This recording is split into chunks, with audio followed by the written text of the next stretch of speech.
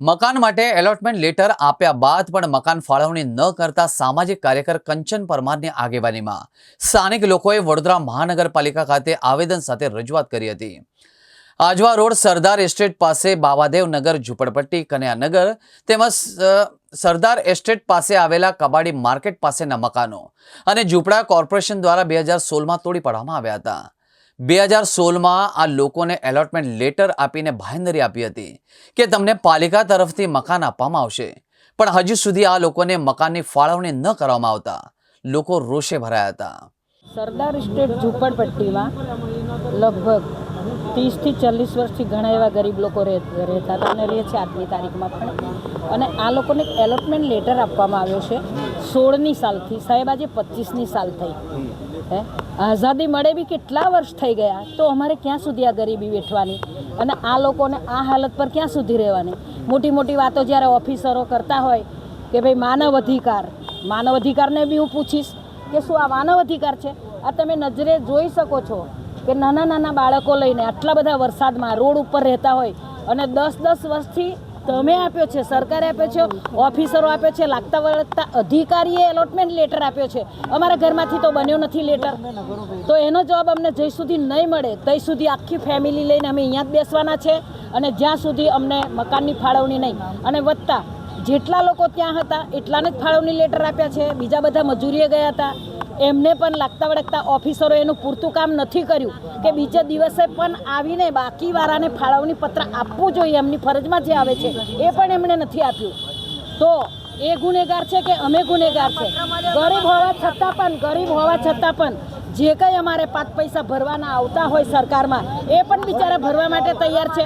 તો હવે અમારે અહીંથી ક્યાંય જવાનું નથી, અમે અહીંયા જ રહેવાના છે। જ્યાં સુધી અમને હકારમાં જવાબ નહીં મળે ત્યાં સુધી અમે અહીંયા રહીશું। જાણો છો કે વડોદરા મહાનગરપાલિકામાં અત્યારે આ સ્માર્ટ સિટીની વાતો કરવામાં આવે, વડોદરા શહેરની સ્માર્ટ સિટી માટે કરોડો રૂપિયાની ફાળવણી થાય છે આ પ્રજાના ટેક્સના પૈસા। આ જે લોકો અહીંયા ઊભા છે એ આજવા નગર રોડ ખાતે ત્યાં આગળ આવેલું લેપ્રેસી ગ્રાઉન્ડ છે, ત્યાં કન્યાનગર ઝૂંપડપટ્ટી હોય, બાબાનગર ઝૂંપડપટ્ટી હોય, વિનય સોસાયટીની સામેની ઝૂંપડપટ્ટી હોય, આ તમામ ઝૂંપડપટ્ટી 2016માં તોડી પાડવામાં આવી હતી। તોડી પાડવામાં આવી ત્યારે આ લોકોને લોલીપોપ આપવામાં આવ્યા હતા કે ભાઈ અમે તમને સામે ઘર આપીશું, અને એમાં વડોદરા મહાનગરપાલિકાનો લેટર સાથે એલોટમેન્ટ લેટર આપેલો કે બધાના ઘરના નામ સાથે ફાળવણી કરવામાં આવી છે।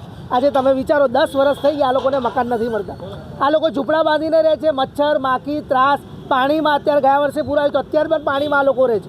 તો આવી પરિસ્થિતિમાં એમને સામે મકાન જ્યારે ફાળવી દીધું છે તો મકાન કેમ આપવામાં નથી આવતું? અમારો મુદ્દો આ છે કે આ તમામ લોકોને મકાન આપવામાં આવે અને મકાનની સામે આ લોકો સરકારી જે કંઈક ભરણ ભરવાનું આવે છે, જે કંઈક પૈસા હવે જ ભરવાના આવે એ લોકો તૈયાર છે, સામે હપ્તો ભરવા તૈયાર છે, કાયદાના હેઠળ આ લોકો મકાન લેવા તૈયાર છે।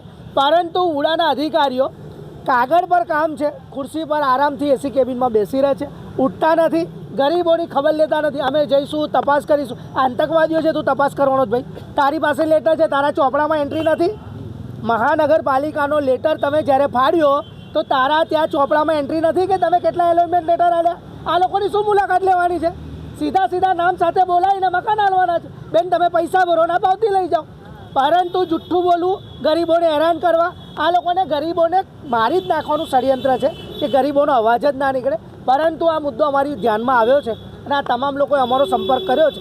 જ્યાં સુધી આ લોકોને મકાન નહીં મળે ત્યાં સુધી અમે જપ્પાના નથી, મકાન લઈને રહીશું। આજરોજ સરદાર એસ્ટેટ પાસે બાબાદેવ નગર ઝૂંપડપટ્ટી તેમજ કનૈયાનગર ઝૂંપડપટ્ટી પાસેના જે મકાનો જે તે વખતે દૂર કરવામાં આવેલા એના અસરકર્તાઓ નવા કોર્પોરેશન પાસેથી આવાસ યોજનાની માંગણી માટે આવેલા છે। તેમની રજૂઆત તેમણે વિગતવાર આપી છે અને સદર આવેદનપત્ર માનનીય મ્યુનિસિપલ કમિશનર શ્રી સમક્ષ રજૂ કરવામાં આવશે અને આગળની જે તે ઘટતી કાર્યવાહી કરવામાં આવશે।